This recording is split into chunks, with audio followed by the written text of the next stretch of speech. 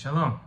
In this video on Jewish philosophy, we're going to tackle a difficult subject, and that is the balance between simcha, happiness, and avelos, and mourning.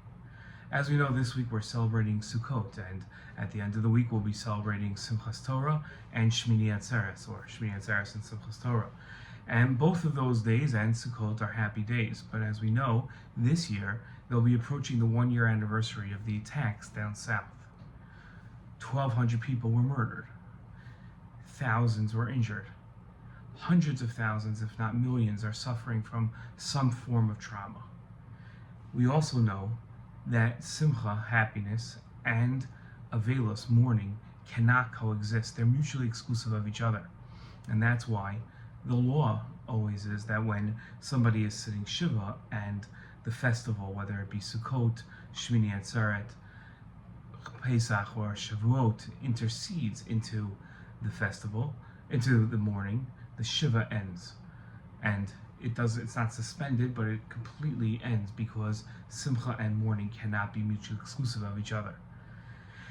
The hardest mitzvah, or Soloveitchik said, is celebrating the Chag for somebody who lost a relative on the Erev Chag, because the person has an hour or two to sit Shiva at most, to mourn, and then they're commanded to be happy. They could have buried their loved one an hour or two before and lost them, only heard the news on that same very day, and they're commanded to be happy.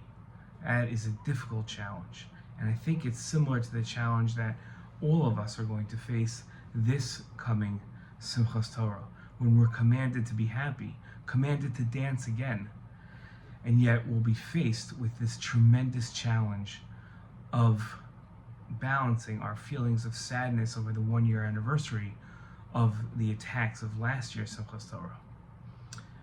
It's a difficult challenge, but it has to be handled, and we have to dance again this Simchas Torah. We have to be happy, cognizant of the pain that many of us will be going through, but at the same time, setting aside that pain and focusing on our relationship with God, on the good things that are happening in our life, and the bright future the Jewish people have.